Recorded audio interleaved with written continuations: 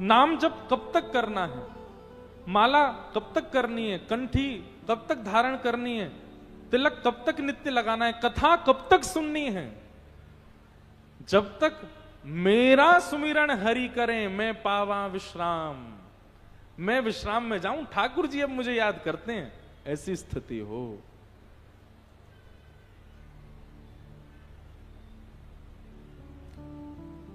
अच्छा एक बात बताऊं, ठाकुर जी आपको याद करते हैं, इसका प्रमाण है कोई?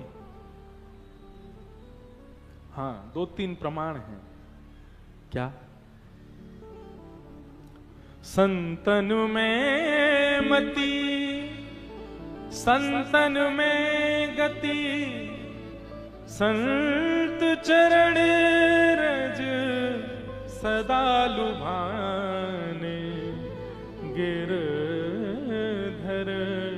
जब अपनों कर जाने।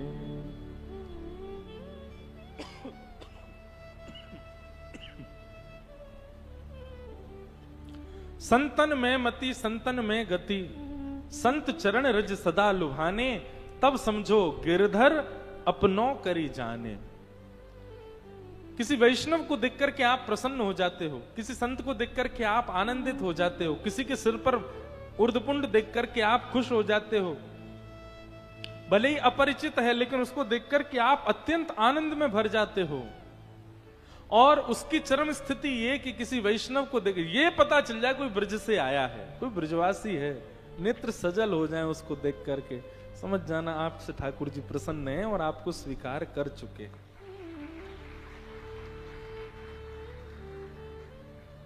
वैष्णवों को देख करके, ब्रजवासियों को देख करके, ठाकुर जी को भजवे वाले ऐसे प्रिय जनन को देख करके आपके चित्त में अत्यंत आह्लाद हो। जैसे अभी आपके चित्त में आह्लाद कब होता है? जब आप दाल पकवान देखते हो तो आह्लाद होता है, कोई बड़ा पाव देखता है तो उसको आह्लाद होता है, या जिस एक्टर को आप बहुत देखते हो वो सामने अचानक से आ जाए तो खुश हो जाते हो, ओहो आह्लाद, महाराज भाग रहे हैं उसके पीछे। ऐसा आह्लाद, ऐसा आनंद, और ऐसा नहीं इससे कई गुना बढ़िया, ये तो संसारी है, बेकार है। बस लगे अब परम सुख मिल गया मुझे, मैं उनसे मिल लिया जो ठाकुर जी के हैं। और इसका मतलब ये नहीं कि आप हमारे लिए सोचो ये बात, या किसी अन्य कथा करने वाले के प्रति ऐसी भावना, ऐसा नहीं। अगल बगल में देखो, जिसके गले में कंठी माला हो, जिसके रूप स्वरूप को देख करके ऐसा लगता हो कि हाँ ये तो वैष्णव है, ये तो ठाकुर जी का है, उसको देख करके भी आपको उतनी प्रसन्नता हो जितनी प्रसन्नता किसी भगवत कथा करने वाले को देख के हो रही है, तब समझना। अब नहीं तो मंच पर बैठ के कथा करने वाले को देख के तो सब रीझ जाते हैं, उससे रीझना कोई बड़ी बात नहीं है। ये व्यास मंच है, यहां अपने आप आकर्षण हो जाता है लोगों का, ये कोई बड़ी बात नहीं है। पर उसके प्रति आकर्षण होना जिसको आप जानते नहीं, जिसको कभी सुना नहीं, जो बस वैष्णव भेष में दिख गया फिर भी आपको अच्छा लगे, उसको देख करके प्रसन्नता हो, तब समझना आपको ठाकुर जी स्वीकार कर रहे हैं। गिरधर जब अपनों करी जाने, ताको मन भक्तन की सेवा, संत चरण रज सदा लुभाने, गिरधर जब अपनों करी जाने। तो रस और रास, हम लोग अभी रस में हैं, हम प्रयास करते हैं ठाकुर जी के पास जाने का, हम प्रयास कर रहे हैं ठाकुर जी को रिझाने का, हम प्रयास कर रहे हैं उनको मनाने का, हम प्रयास कर रहे हैं उनकी प्राप्ति का। परंतु एक दिन ऐसा हो जाए कि आपकी रस लक्षणा भक्ति ऐसी हो जाए कि अब आप प्रयास नहीं करते, अब ठाकुर जी प्रयास करते हैं आपसे मिलने का। अब आप तो चाह ही नहीं रहे थे, अभी तो ये होती है योजना आप बना रहे हो, टिकट बुक करा दी 15 दिन बाद की जगन्नाथपुरी जाना है, इसका मतलब हो गया ये रस है, आप प्रयास कर रहे हो, पर कोई क्रम नहीं था, कोई नियोजन नहीं था, अचानक से आपके कार्य से आपको छुट्टी मिल गई और अचानक से ऐसी योजना बनी कि आपको जाना पड़े जगन्नाथपुरी। अपने आप टिकट हो गई, अपने आप सब व्यवस्था हो गई, समझो ये रास है, ठाकुर जी बुला रहे हैं, ठाकुर जी पुकार रहे हैं। अच्छा मैं पता है लोगों से एक बात कहता हूं कि वृंदावन जाने की अपने आप योजना मत बनाओ, आप कहोगे महाराज जी बड़ी व्याकुलता होती है, बहुत परेशानी होती है, बहुत याद आती है, क्या करें? मत करो, एक आध बार रुको तो सही, खुद योजना मत बनाओ। नेक्स्ट देखो तो सही, उनको याद आती है कि नहीं? तुम आए दिन पहुंच जाते हो उनके पास। अब भाई तुम आए दिन किसी के घर रोज पहुंच जाओ, वो भी कहेगा यार ये रोज रोज आ जाता है। वृंदावन में वैसी बहुत भीड़ हो गई है। एक बार मेरे कहे से करके तो देखो। आप योजना मत बनाना वृंदावन जाने की, इंतजार करो। बोले अब हम ठाकुर जी आपसे देखना चाह रहे हैं, आप कैसे बुलवाओगे हमको? संकेत क्या होंगे कि ठाकुर जी बुला रहे हैं? सबसे पहला संकेत, कोई ब्रज से आपके लिए प्रसाद आ जाएगा घर पर बिना बुलाए। यह प्रथम संकेत होगा कि ठाकुर जी ने निमंत्रण भेज दिया है। बोले आजा, लोभ दे रहे हैं, पहले मीठा दे करके लोभ दे रहे हैं, फिर भी मत जाना। दूसरा संकेत क्या होगा? आपके आसपास जहां भी आप रहते हो वहां कोई ब्रजवासी आ जाएगा, ब्रज का कोई व्यक्ति आ जाएगा। ये ठाकुर जी का दूसरा संकेत मानो कि ठाकुर जी बुला रहे हैं। और तीसरी प्रतीक्षा, तीसरा संकेत, रात्रि स्वप्न में ब्रजमंडल का दर्शन हो जाए। यमुना जी, गोवर्धन नाथ जी या वृंदावन के कोई निधि, राधा रमण, राधा वल्लभ बिहारी जी का तनिक सा भी दर्शन हो जाए, बस दूसरे दिन ही पैकिंग कर लेना अपनी। बोले चलो अब नहीं, इससे ज्यादा नहीं तो बुलाएंगे ही नहीं। फिर ये तीन संकेत मिलेंगे ठाकुर जी के, तो समझ जाना कि अब वृंदावन से बुला रहे ठाकुर जी, तुरंत पहुंच जाओ। ये तीन संकेत ब्रज के निमंत्रण है। एक बार करके तो देखो ऐसा। आप अपने आप से क्यों टिकट बुक करते हो? अपने आप से योजनाएं, अच्छी बात है आप आए दिन जाओ, लेकिन मेरा तो मानना ऐसा है कि रस में ही क्यों रह रहे हो? एक दिन रास तो होने दो। और जब ऐसी योजना बने तब समझना अब रास हुआ है, अब रास हो रहा है। और उस समय जब आप वृंदावन जाओगे ना, वृंदावन में राधा वल्लभ जी, बिहारी जी, राधा रमण जी के सामने जाकर के भावुक होना तो दूर की बात, आप ट्रेन से उतरोगे या फ्लाइट से जाकर के गाड़ी से वृंदावन में जैसी पैर रखोगे ना, वही सुख का अनुभव होगा जो श्री राधा रमण जी के सामने खड़े होके होता है। वही सुख का अनुभव होगा जो बिहारी जी के सामने खड़े होके होता है। ये रास की परिलक्षणता, ये रास की परिकल्पना है। ये रास होने तो दीजिए। हम ठाकुर जी तो रास करना चाहते हैं, हम करने कहां दे रहे हैं उनको? तो प्रतीक्षा करो। और माफ कीजिएगा, ये प्रतीक्षा 1, 2, 3, 4, 5 वर्ष तक भी जा सकती है। अब कितने दिन की प्रतीक्षा हो ये नहीं कह सकता मैं। कहो तो आज मैंने कही है, 2-4 दिन में ही कुछ हो जाए। तो रास होने दीजिए। बंधुओं, प्रतीक्षा ना प्रेम को और सुंदर बनाती है। उस प्रतीक्षा को रहने दिया कीजिए कभी कभी। प्रतीक्षा में जैसे ही आप संयोग को ले आते हैं ना, तो प्रतीक्षा समाप्त हो जाती है। और प्रतीक्षा समाप्त होते ही प्रेम जो है जहां था वहीं रुक जाता है, फिर बढ़ना बंद हो जाता है। प्रतीक्षा, जैसे जैसे प्रतीक्षा होती है प्रेम बढ़ता रहता है। मुझे तो ऐसा लगता है, मैं अपनी मनोबुद्धि से कहूं, जिसके जीवन में बहुत प्रतीक्षा है, समझना कि वो इतना समीप जाने वाला है। ठाकुर जी इतने इतने भाव से मिलने वाले हैं उससे एक दिन, जिसने प्रतीक्षा बहुत करी है। और जो, अब बुरा नहीं मानना वो लोग जो यूं कहते, जिनके बारे में मैं कहूं साल में 3, 4, 5 बार तो वृंदावन ही चले जाते हैं, हर महीना चले जाते हैं, ये आपका पता क्या, ये नियम हो गया। अब आप हर महीने वृंदावन जा रहे हो, वृंदावन को आपने एक नियम बना लिया। अच्छी बात है, जाओ, आपके लिए इतनी व्यवस्था ठाकुर जी ने कर दी, जाओ। पर मैं मानता हूं कि वृंदावन को आमंत्रण देने दो ना, तब तक प्रतीक्षा करो।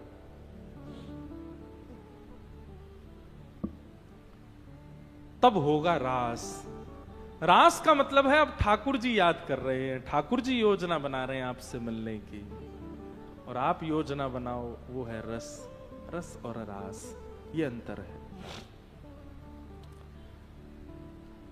गोपियां सब ठाकुर जी से मिलना चाहती हैं, 24 घंटे उन्हीं को निहारना चाहती हैं, उन्हीं को देखना चाहती हैं। पर आज शरद पूर्णिमा का चंद्रमा उदित हुआ, ये वही चंद्रमा है जिस चंद्रमा के लिए ठाकुर जी पहले कह चुके हैं गोपियों को कि मैं शरद पूर्णिमा की रात्रि में आप लोगों से रास विहार करूंगा। आज शरद पूर्णिमा का चंद्रमा निकल आया, सीखो गोपियों से, तब भी गोपियां नहीं गईं। गोपियां प्रतीक्षा कर रही हैं, बोले पूर्णिमा का चंद्रमा तो निकल ही आया, लेकिन अभी भी कन्हैया बुलाएगा तो जाएंगी। ऐसा नहीं है कि गोपियां व्याकुल नहीं है, गोपियां उत्सुक नहीं है जाने की, इतनी उत्सुक हैं कि बस एक कोई झूठे को आके बोलते कन्हैया खड़े, तुरंत भागेंगी। लेकिन ये प्रेम का स्वरूप है, गोपियां चाह रही हैं एक बार और कन्हैया बोल दे कि मैं तुम्हारी प्रतीक्षा कर रहा हूं, सो ही जाएंगे। और तभी जगौ कलम बाम दृशाम मनोहरम, ठाकुर जी ने अपनी वेणु को अपनी ओष्ठ पर धारण करके अपनी कोमल उंगलियों से उसके छिद्रों को आच्छादित करते हुए और जैसे ही प्राण पिरोए, बाज उठी वंशी वृंदावन में। अब देखो, बहुत सावधानी से सुनिएगा। जो कृष्ण को केवल नंद नंदन समझते हैं, जो कृष्ण को केवल परमात्मा समझते हैं, जो कृष्ण को केवल और केवल यशोदा का पुत्र समझते हैं, उनको तो ऐसा सुनाई दे रहा है कि वंशी बज रही है। लेकिन जिनके चित्त में कृष्ण के प्रति प्रेम है, उन सबको ध्वनि नहीं सुनाई दे रही, उनको शब्द सुनाई दे रहा है। मानो शब्द आकर के कान में कह रहे हो, अरे गोपी तू यहां बैठी है, मां कन्हैया कदम्ब के नीचे तेरी प्रतीक्षा करें, जल्दी चल। कथा में भी ऐसा ही होता है, कथा में इतनी भीड़ आती है, पर कथा में सब लोगों को तो ऐसा लगता है कि व्यास जी शब्द बोल रहे हैं, व्यास जी कथा बांच रहे हैं, सामने पोथी में से देख देख के बोल रहे हैं। पर जिनके चित्त में कृष्ण प्रेम है, उनके नेत्र बंद हो जाते हैं, नेत्र सजल हो जाते हैं। उनको लगता है कि ये कथा नहीं है, ये शब्द नहीं है, ये अक्षर नहीं है, ये साक्षात कृष्ण वाणी है, और ये मेरे चित्त के लिए ही मुझे सुनाई जा रही है। मुझे परम शांत, परम आनंदित और भक्ति में और प्रवर करने के लिए ठाकुर जी ही संदेश दे रहे हैं मुझको। कथा में भी ये भेद दिखाई दे जाता है। कई लोग मात्र शब्द सुनते हैं, कई लोग मात्र संस्कृत सुनते हैं, कई लोग मात्र केवल एक भाषा सुनते हैं, पर कृष्ण प्रेम में उन्मुक्त श्रोता तो प्रेम सुनता है। कृष्ण प्रेम में उन्मुक्त श्रोता तो ठाकुर जी का संदेश सुनता है कथा में। वक्ता तो वेणु है, कृष्ण के प्रति प्रेम होगा तो वक्ता की वाणी साक्षात कृष्ण वाणी लगेगी। और यदि ठाकुर जी केवल भगवान है, इतना ही प्रेम है, बस इससे ज्यादा कोई भाव नहीं, तो फिर शब्द ही लगेंगे। वही हुआ ब्रजमंडल में, जब वंशी बजाई ठाकुर जी ने तो कृष्ण प्रेम उन्मुक्त गोपियां व्याकुल हो गईं, मानो कानों में आकर के शब्द कह दिया हो। यहां पर लिखा है जगौ कलम बाम दृशाम मनोहरम। ठाकुर जी ने क्लीम शब्द का उच्चारण किया है वंशी के द्वारा। गोपियों को लग रहा है कि कन्हैया हमको पुकार रहे हैं, और उसी समय गोपियां अपने जिस कार्य में थी वहीं उस कार्य को छोड़ करके भागी। इतना भी विचार नहीं किया कि इसको व्यवस्थित तो कर चले हम। दौड़ी कृष्ण से मिलने के लिए। कोई अपने पति को छोड़ के भागी, कोई बच्चों को छोड़ के भागी, कोई जितने भी रिश्ते नाते हैं संसार के जिनको कभी नहीं त्याग सकता कोई, उन सबको भी छोड़ करके गोपियां भागी हैं कृष्ण से मिलने के लिए। कोई गोपी अपना श्रृंगार कर रही है तो अंजलोचने, अपनी आंखों में काजल लगा रही है। कोई गोपी अपनी बेणी गूंथ रही है, अपनी चोटी बना रही है। कोई गोपी सुंदर अपना श्रृंगार कर रही है, कोई गोपी वस्त्र धारण कर रही है। ऐसी गोपियां भी, वो भी इतना विचार नहीं कर रही है कि अभी श्रृंगार पूर्ण नहीं हुआ, इसको पूर्ण तो कर लूं। जैसी थी, शब्द कान में आया, ध्वनि कान में आई, तुरंत दौड़ी, वैसी ही अस्त व्यस्त। मतलब गोपियां मानो संकेत कर रही हैं कि कृष्ण संकेत मिल जाए, कृष्ण आगमन की सूचना मिल जाए, और कृष्ण प्रेम भर के बुला रहे हैं, ऐसा कहीं से भी संकेत मिल जाए, उसके बाद विचार मत करो, बस चले जाओ। क्योंकि ठाकुर जी का एक स्वभाव है, वो 3 बार संकेत करके बुला रहे हो तो चले जाओ, चौथी बार बुलाएंगे नहीं, 3 ही संकेत करेंगे। पर यहां गोपियां तो प्रथम संकेत में ही भागी हैं और अस्त व्यस्त ही भागी हैं। सब गोपियां आकर के ठाकुर जी के सामने खड़ी हो गई। भगवान ने सबसे पहले तो गोपियों का स्वागत किया। स्वागतम वो महाभाग प्रियम किम करवाणि ब्रजस्यानामयं कश्चित् वृतागमन कारणम। आइए आइए आइए, स्वागतम स्वागतम स्वागतम, पधारो। आप सबका स्वागत है। वृतागमन कारणम, आप सबके आने का कारण जान सकता हूं मैं? इतनी रात्रि को अपने पति परिवार सबको छोड़ छाड़ के आप क्यों चली? ऐसा कथा में भी होता है। व्यक्ति जब कथा सुनता है 1 दिन 2 दिन 3 दिन 4 दिन लगातार कथा, फिर चौथे 5वें दिन उसके चित्त में अपने आप, मैं क्यों आता हूं कथा सुनने? अपनी दुकान बंद करके परिवार वालों से लड़के झूठ बोल क्यों आता हूं यहां पे? ठाकुर जी मिलते तो है नहीं, बस विरह देते रहते हैं, व्याकुल करते रहते हैं, प्रेम बढ़ाते, मिलते तो है नहीं, मैं क्यों आता हूं? ये प्रश्न जब चित्त में आए तो समझना ठाकुर जी ने ही पूछा है। वृतागमन कारणम, अपने आने का कारण बताओ, क्यों आए हो यहां पर? अच्छा, तब ठाकुर जी 10 श्लोकों में गोपियों को स्त्री धर्म बताते हैं। तुम सब पतिव्रता नारी अपने अपने पतियों को छोड़ आई। राम राम राम राम राम, तुमको पता कितना बड़ा पाप है ये? एक पतिव्रता नारी जब अपने पति का त्याग करती है, उसको कितने दिन के लिए नरक जाना पड़ता है, उसके कुल में किसके साथ क्या होता है, आदि आदि सब बात ठाकुर जी यहां पर पतिव्रता नारी के धर्म समझाने लगे और कहने लगे तुम लोगों को बहुत बड़ा पाप लगेगा। एक परपुरुष के पास आ गई हो, चलो जाओ, वापस चली जाओ, अपने अपने घर जाओ। गोपियां खड़ी हैं सामने। 10 श्लोकों में भगवान ने गोपियों से कहा जाओ वापस अपने घर लौट जाओ। और जब 10 श्लोक बाद भगवान मौन हो गए, गोपियां बोली अब हम कुछ कहें? ठाकुर जी बोले बोलो। और गोपियों ने यहां पर प्रणय गीत कहा। मुझे सबसे ज्यादा प्रिय है प्रणय गीत। श्रीमद् भागवत में इतना सुंदर गोपियां उत्तर दे रही हैं। गोबर थापने वाली अनपढ़, कोई स्कूल में नहीं गई है, पर ब्रह्म को उत्तर दे रही हैं कि हम क्यों आई हैं। मैवं विभोर्हति भवान् गदितुं नृशंसम् सन्त्यज्य सर्वविषयांस्तव पादमूलम् भक्ता भजस्व दुर्वाग्रहमात्यजास्मान् देवो यथादिपुरुषो भजते मुमुक्षु। गोपियों की शब्दावली अद्भुत। गोपियां कह रही हैं श्याम सुंदर, तुम भोक्ता हो और हम भात हैं।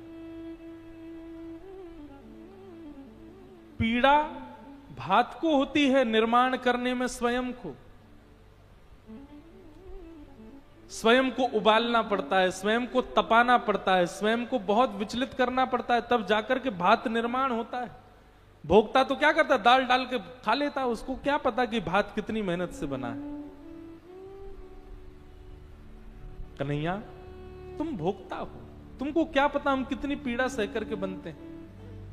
सब लोग सावधानी से कथा सुनो। भक्त बनना आसान नहीं है बंधु। जो कभी तपा ना हो, जिसने कभी विरह वेदना ना सही हो, जिसको कभी किसी ने भक्ति करने से रोका ना हो, जिसकी भक्ति पर कभी किसी ने उपहास ना किया हो, समझना अभी वो भक्त बना नहीं। जिसने उपहास भी सहा है, जिसने रुकावटें भी सही हैं, जिसने बहुत ठोकरें खाई हैं, जिसने बहुत श्रम करके बड़ी मशक्कतें करके ठाकुर जी को देख पाता है, बहुत मेहनत करके कथा सुन पाता है, बहुत सारी परेशानियों से जूझ करके ठाकुर जी से प्रेम कर पाता है, असली भक्त वही है, उसका निर्माण हुआ है। इसका मतलब ये नहीं है कि जिनको सहजता से भक्ति मिल जाती है वो भक्त नहीं, उन्होंने पूर्व जन्म में सहा होगा, लेकिन भक्ति का वरदान सहजता से नहीं आता। हमने आपने कभी ना कभी तो सहा है, कभी ना कभी तो सहा है अपने जीवन में। सहने के बाद ही भक्ति आती है जीवन में, क्योंकि भाई अध पके चावल तो कच्चे हो जाते हैं, खाओगे तो वादी करेंगे, खाओगे तो अपच कर देंगे।